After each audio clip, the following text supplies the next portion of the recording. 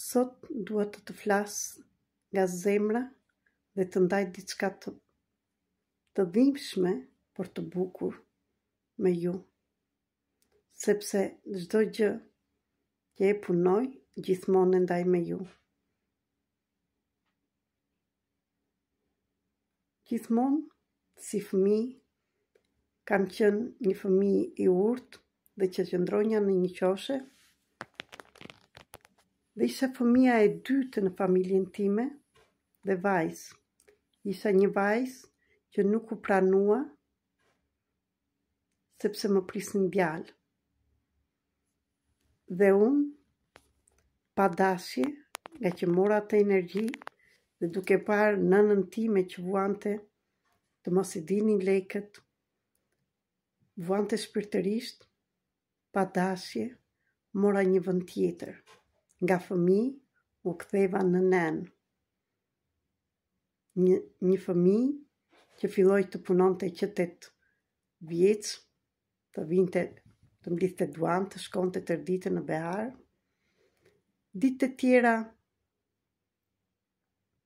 shkonja në shkollë, isha nxënëse mirë, dhe mbas dite shkonja të kullosnja lopën, sepse ajo ishte vetmja gjë që ne na mbante me bukë. Babai im, me problemet e tij emocionale, me dëmshurinë e tij, se ishte rritur jetim që 10 vjeç, me varfëri, me një nënë të sëmurë, me një zemër të mbyllur në mjerim, në pikëllim, në idhërim,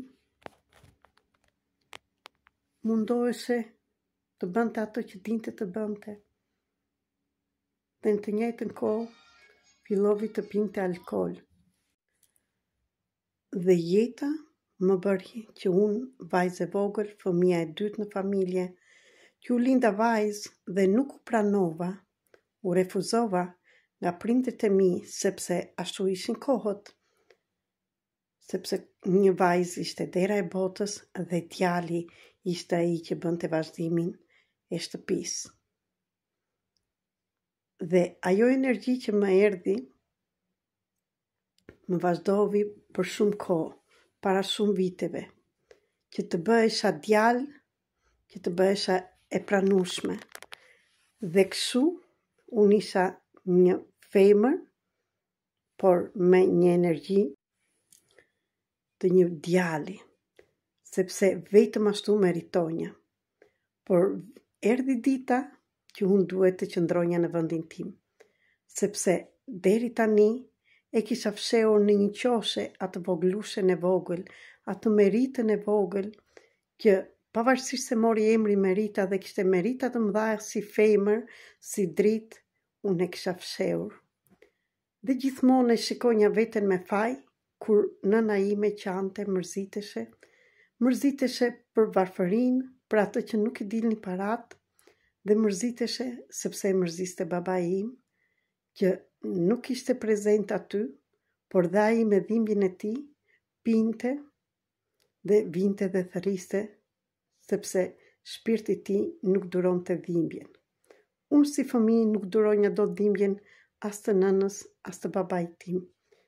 Sepse edhe ju si fëmijë keni dashur dhe i doni që të dy prindrit, por në të njëjtën kohë se fëmia nuk kupton. Fëmia lindet dhe prit që ata ta kujdesin, ta përkëdhelin, është nëna dhe babai e tyre.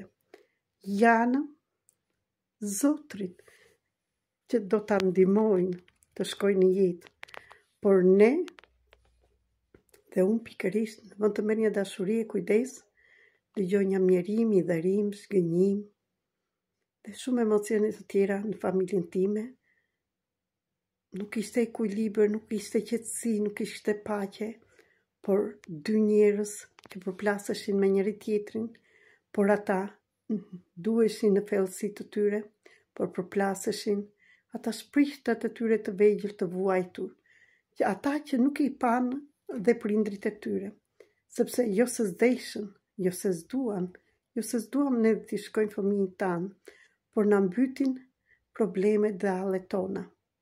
Kështu fëmia rritet, u rrita, duke ju dhënë vendin të tjerëve, duke dal nga roli i femrës dhe ty në rolin e mashkujt, duke dal nga roli i fëmijës dhe të ynja në rolin e të madhes, të madhit, dhe bënja gjithë shka vetëm që vetëm të shkonja maman time të lumtur, të qeshur, dhe bënja gjithë shka, kisha marrë dhe rolin e babait, rolin e vllait, të çunit që i dusha asaj, sepse kur u linda më tha që unë zi tavani kur më thanë që e vajzë, kishte dhe ajo të drejtën e saj, sepse priste, fëmijën e dytë, kishte probleme shëndetësore dhe të bëheshe me një djalë, sepse një grua vetëm kur bënte djalë, mund të kishte vlerë, të vazhdonte shtëpia, të vazhdonte emri, dhe ajo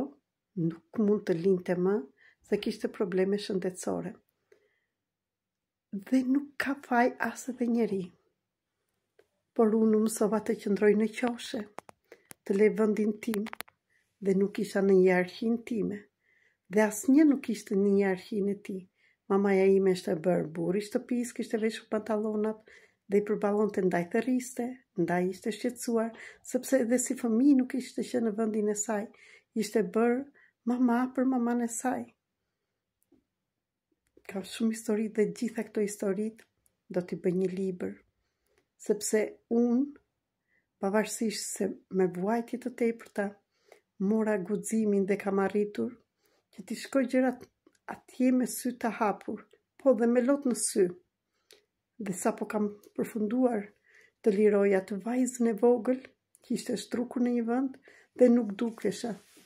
Dhe në jetë, pavarësisht se bënja shumë gjëra, unë dhe isha femër, mund të vishesha si femër, po meshkujt nuk më shikoni si femër, por më shikoni si mashkull, sepse veprimet e mia ishin o si mashkull, ndaj mashkullit, dhe ata meshkujt në fillim me njinin, pasaj shikonin energjinë time dhe shikonin femrat të tjera, sepse jam një femër që jam dhe tradhtuar nga burrat që kam patur, nga partner.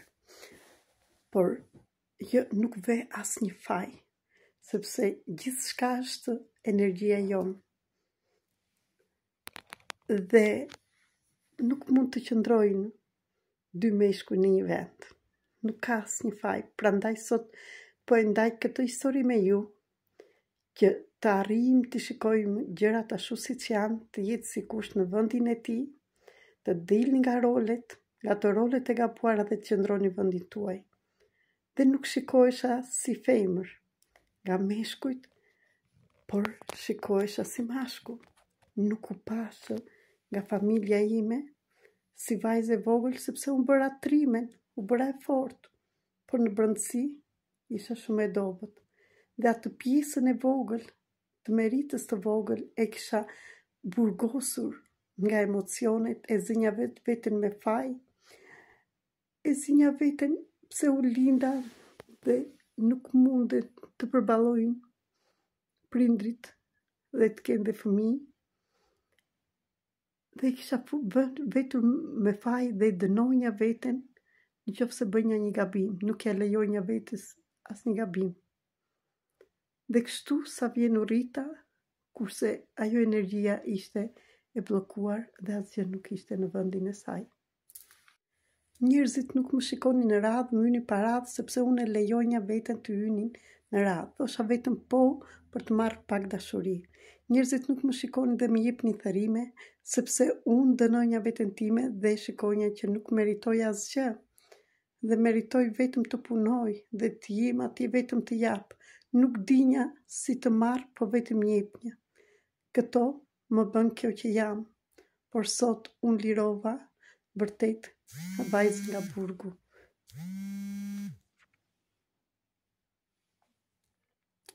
Ndaj, kjo thirrje, kjo histori është për ty që nuk je në sistem, për ty që ke vojtur dhe nuk je në vendin tënd, ju mirëpres të mërkurën, falas në Zoom për të diskutuar gjithçka dhe të gjejmë zgjidhjen. Ju dua shumë, ju falenderoj